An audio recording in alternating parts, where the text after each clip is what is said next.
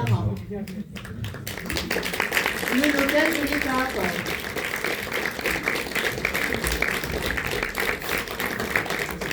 Bonsoir. Ben voilà, ils sont là pour vous, pour discuter, c'est un sujet brûlant. Et moi je suis là pour passer ce micro. Je trouve très silencieux. N'hésitez pas à me faire un petit signe, je ne vois pas votre grand-chose malgré mes lunettes, mais moi je suis là pour passer le micro. J'arrive, madame.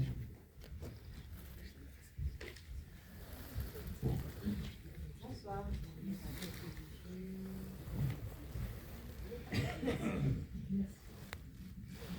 Bonsoir à tous les deux. Monsieur Kruithof,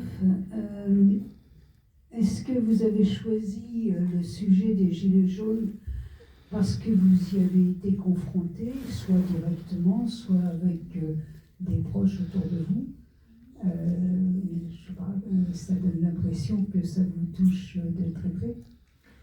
Non, mais pourtant, enfin, je pense que c'est quand même un mouvement, peut-être le mouvement le plus important social des 30 ou 40 dernières années. Enfin, en tout cas, depuis que moi je m'intéresse à la politique, c'est le plus grand mouvement. Je pense que ça nous a tous concernés de près ou de loin. Moi, j'ai pas participé au mouvement, mais c'était un mouvement qui m'intéressait, que je trouvais assez fascinant, qui me questionnait aussi beaucoup.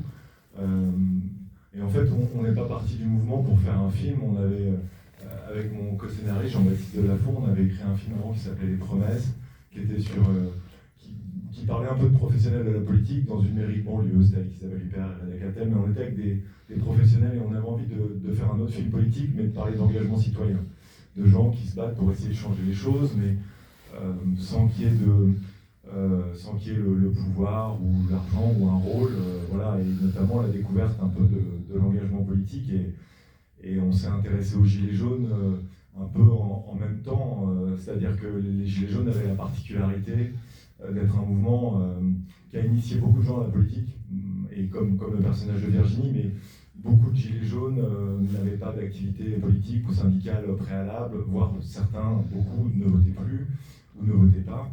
Et c'est vrai qu'il y avait quelque chose à travers les premières rencontres qu'on a fait un peu avant d'écrire quoi que ce soit, même si on avait un peu cette intuition que notre personnage principal, ça serait une femme, et que l'enjeu du film se jouerait à l'échelle d'un couple, à l'échelle d'une famille, quoi. Que quand tu es militant, tu donnes beaucoup, tu donnes de ton temps libre, et que ça rentre un peu en conflit avec tes autres engagements. C'est un nouvel engagement, mais là, effectivement, le personnage de Virginie, c'est une femme qui a un travail, qui est une mère, qui a une baraque à retaper, un emprunt à payer, etc., et qui est aussi une femme, une amoureuse. Et donc, voilà, on savait que ça se jouerait sur la sphère intime, mais la première journée de rencontre qu'on a fait à Lamballe, il y a 3 ans, vraiment au tout début de l'écriture du scénario, et d'ailleurs, il y a Sandrine qui est là, voilà. Sandrine, tu peux juste lever le bras. Enfin, voilà. Sandrine faisait partie des Gilets jaunes qu'on a rencontrés, et il y avait beaucoup de... Enfin, il y avait quelque chose aussi qui nous racontait, qui, moi, m'a touché, qui est aussi comment découvrir, s'engager, comment dire... comment ça peut te porter, etc. Outre les amis que tu peux rencontrer, ça change aussi un peu ta perception de la vie, du monde, etc.